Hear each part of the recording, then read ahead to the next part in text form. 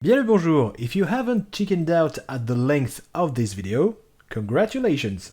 When Shadowbringers released, I went around all my classes to look at what was changed and what was new. Then, after being angry at the new Astrologian for a while, I had an epiphany. I then came up with that theory. The Time Mage will be added in the next expansion. Or maybe in a future patch. I'm just hoping it won't be another blue mage. So yeah, anybody can throw a theory out there on the internets, like those people who pretend that Earth is round. Just kidding, I'm perfectly aware that Earth is a cube. In all seriousness now, even though I almost never visit fan sites about FF14 or Final Fantasy in general, I strongly doubt that I'm the only one who thought about this. After a rather lazy first version, I decided, on top of giving my arguments in favor of the theory, to go a bit deeper, at the cost of scaring away some of you.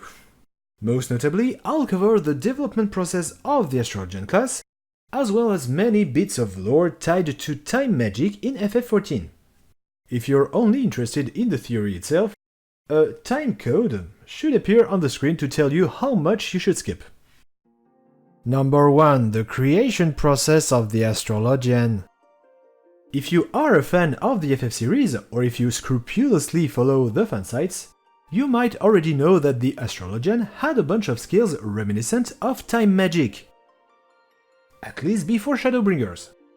It's also one of my main arguments that they deleted all remaining skills and effects related to time meddling. But I'll get back to it. There was already a special class called Astrologer back in FF Tactics.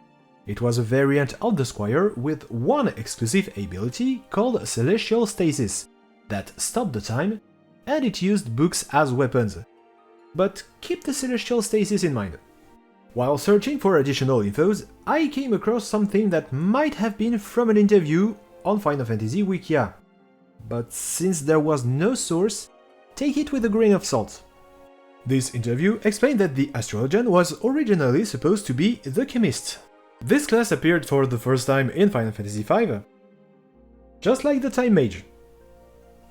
It had two major skills. The first one, a passive ability, doubled the effects of potions and ethers used in battle. As an example, if a potion restored 50 HP, if it was used by a chemist or any other class with the pharmacologist skill equipped, the potion would then restore 100 HP. I can almost hear some of you say, hey, wasn't that the point of one of the Royal Road effects?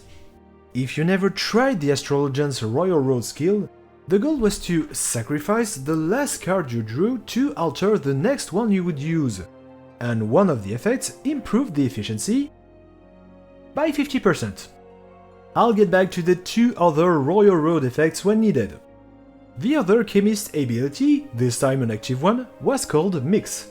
By mixing items in your inventory, you could create new ones, even some exclusives to the Mix command, to either boost or heal your characters, or to damage or debuff your opponents.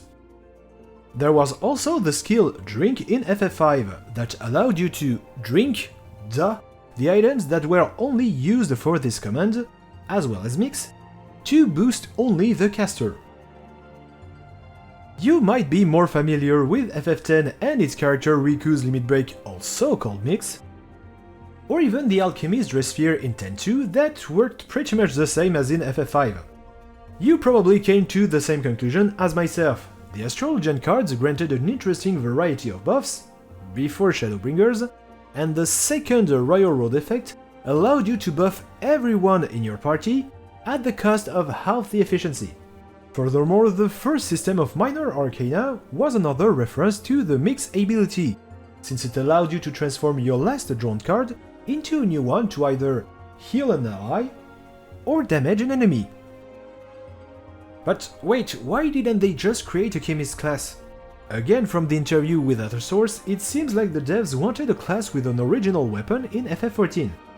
And to be honest, considering that Heavensward was designed around Ishgard, The Astrologian appeared like a good pick since we were already slightly exposed to the subject in the Corathas Central Highlands.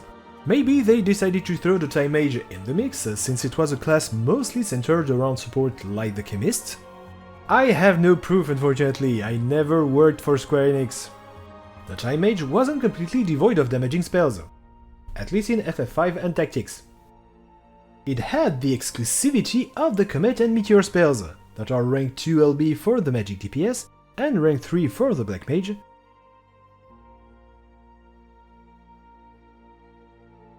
as well as the Gravity spells. And what is the Astrologian AoE? Here you go. In those aforementioned episodes, the Time Mage was more of a space and time mage. But in other games, it only had time-related spells like Tactics A2. Let's now head to the second part. Number 2. The subtle presence of the time magic in FF14, or temporal magics. I'm now gonna cover many elements related to the time magic and the class in itself that we could see or can still see in FF14. Many spoilers, of course, and I'll start with the Hildebrand questline in Heavensward. Despite the first cutscenes hinting at the Mamed Gigi or Vivi's ability to use time magic, the truth is quite different. Sure, its creator, Quan from Sharlayan, wanted to become immortal thanks to Gigi by giving it time magic abilities, maybe with the help of Allagan documents about it, in hope it would make him young again. Maybe he was an astrologian himself, since Sharlayan's astrology aims at trying to change fate. I'll talk about it a bit later. Eventually, we learn that Gigi's ability transforms an item or a person into an idealized version of it inside the little automaton's mind, even if it's not true. Even if the visual and sound effects of its casts are the same as a time spell in FF5, it is not temporal magics, but the ability to bend reality itself. Now that it's settled, I'm gonna talk about the first true example of temporal magic that most players might have come across, the Crystal Tower. A side note before carrying on with the Crystal Tower, thus why you're seeing me wearing my glasses and reading my script. I know that the intro cutscene of R shows Louisoix sending the heroes, more precisely the players from 1.0, 7 years into the future, so yes, this will be the real first example of time magic. But there are only legacy players that can see the secret cutscene, and they're not the majority, sadly. Sorry, I'm not trying to flex on you. There's also the theory that 2 features of the Echo are related to temporal magics, since you can watch someone's past, but also when your party wipes, your consciousness and memories are sent back into your past self before the fight actually happened. I unfortunately couldn't remember if I read that only as a fan theory or if that was actually confirmed by the developers themselves. So I'm gonna end that side note and go back to the Circus Tower. During the 4th calamity that triggered a huge earthquake that swallowed the Circus Tower, a time spell was used by Ammon to protect those inside the tower. So the Allagans already had some mastery of this magic, which in turn gives more weight to the idea that Quan, maybe even the Sharlayans, found documents on this art. Let's quickly rewind to what I was saying about Sharlayan's astrology. Final Fantasy XIV introduced, so far, 2 ideologies regarding astrology, Ishgardian and Sharlayanese. I might be wrong on both of these words, I'm sorry. I play in French most of the time. Although both of them try to predict the future by watching the stars, the Ishgard one just tried to react and adapt to what they forecast, whether good or bad. However, the Sharlayan one tries to fight against and even change the predicted fate, which can be seen as a form of time magic. On top of it, the villain you deal with in the level 60 solo duty is a Sharlayanese astrologian who uses the Celestial Stasis from FF Tactics, which stops times for a short duration, like Dio Brando from JoJo's Bizarre Adventure. Go on, have fun in the comment section. Sadly, I didn't think about recording that encounter, I'm sorry. There is just something that I find strange. The garments of the Astrologians from Shadowbringers make them look more like black mages and their superior versions, especially the magus from FF3. On the other hand, those from Ishgard, well, see for yourselves. Let's just say it was S's decision. Regarding the player, you had some skills and effects directly related to time altering, such as the appropriately named time dilation. This skill extended the duration of all the effects you applied on an ally, like your cards, of course, and also your HUDs with Diurnal Sect, as well as the shields with Nocturnal Sect, but meh. Celestial Opposition was basically an AoE version of time dilation, but for 10 seconds, and that included you this time, and would also extend your CDs such as Lightspeed and Lucid Dream. Neat, huh?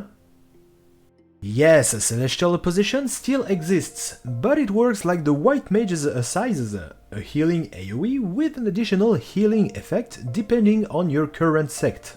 Before talking about the last effect that was deleted at Shadowbringers, I'll quickly remind you of the Arrow card former buff, which improved your casting speed, your auto attack speed, and of course made your GCD shorter. Now that it's fresh in everyone's mind again, let's talk about the third effect of Royal Road that doubled the duration of your next card.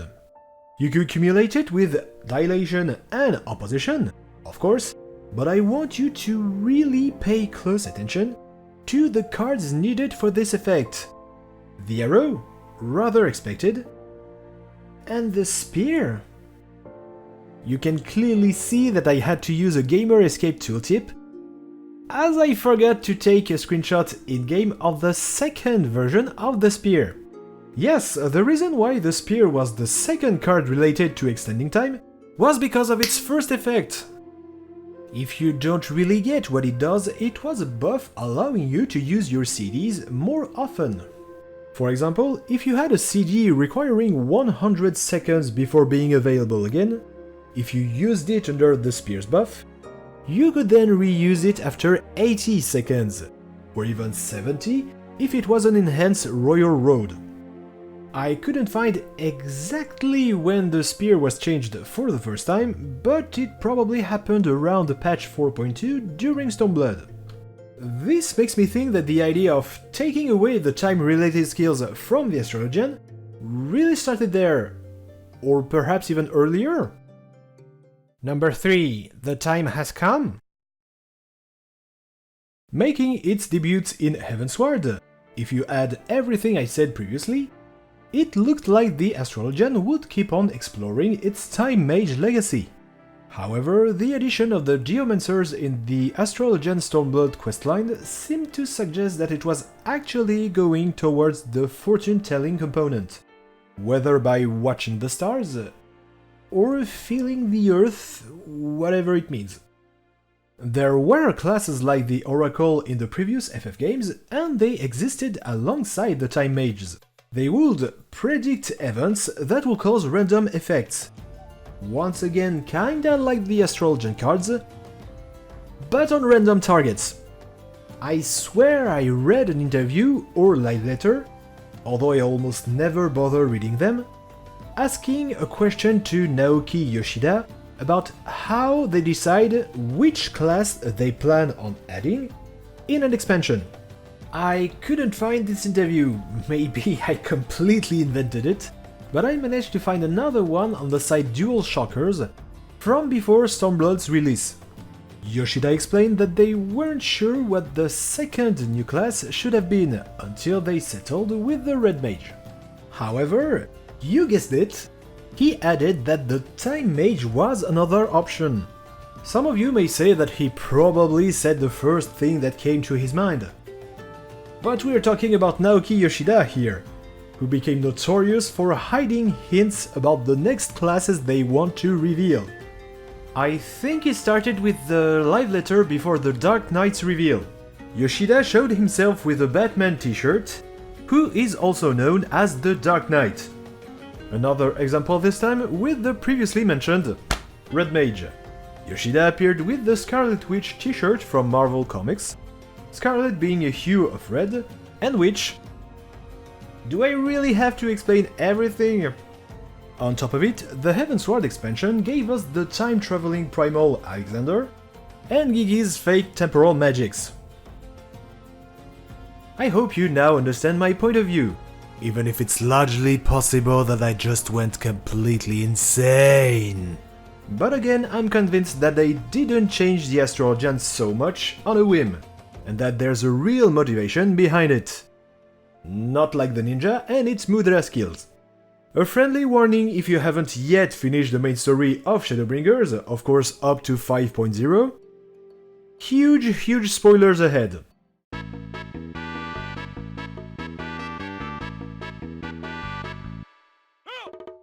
Okay? It's literally about time and space traveling. Even if you never actually did the Alexander and Omega raids, documents found in the level 80 expert dungeon, The Twinning, confirm that their defeat is still canon, perhaps thanks to another party of adventurers. Therefore, the research to send back Grahatia with the Circus Tower back in the first Shard's past could be completed. We're still at the beginning. We don't know if history with the capital H has really been changed. So it's unclear if time in FF14 works like a lasagna of timelines, or simply a multiverse if you'd like. It's also a possibility that time works like in the Terminator and Back to the Future movies, meaning that changing the past will affect the present and the future, undoing some events. Thus, dark times might really well still be upon us in the next patches. Let's rewind to what I was saying about the right timing. This whole story about changing time is perfect to introduce real users of temporal magics. Or even a time police to prevent abuse, like we're currently doing. Maybe will they come from the future as well? Because even if our excuse is to save the world, rewriting history is rather questionable. Please don't tell me I'm the only one thinking this. Number 4. What role for the Time Mage? Almost a rhetorical question after everything I said. The two most obvious choices will be a magic DPS or a healer. Let me talk again about a live letter, this time before Shadowbringers released, where Yoshida explained why the dancer ended up as a ranged physical DPS. Their reasoning was simply that it was harder to balance tanks and healers compared to the DPS. When we look at the warrior paladin and the scholar white mage couples, we can understand how hard it was for the Dark Knight and the Astrologian to find their real places. Square Enix decided then to try to find a solution with the tanks at first by adding a fourth one in order to keep the couple dynamic. Not wanting to be completely overloaded with work, and since the Bard and Machinist were part of the only role with just 2 representatives, when all the others had 3 and even 4 classes, they decided to rework the Dancer as a ranged physical DPS. I'm not kidding, read by yourselves. However, you have to admit that pushing a 4th healer to the next expansion isn't so far-fetched. Using time to speed up the healing process of someone, or even rewind the time to undo damages, seems like the right choice for a healing role, in addition to some of the deleted card effects like the arrow and the original spear, as well as extending buffs with time dilation. I don't know though, they can totally create another magic DPS with utilities like the Red Mage. Well, here you have it, my theory and the whole thought process involved behind it. Feel free to comment if you agree or disagree, or if you want to say something about anything else. I hope time will prove me right. I really hope so. But for now, I'm gonna wish you good night, because I need to sleep.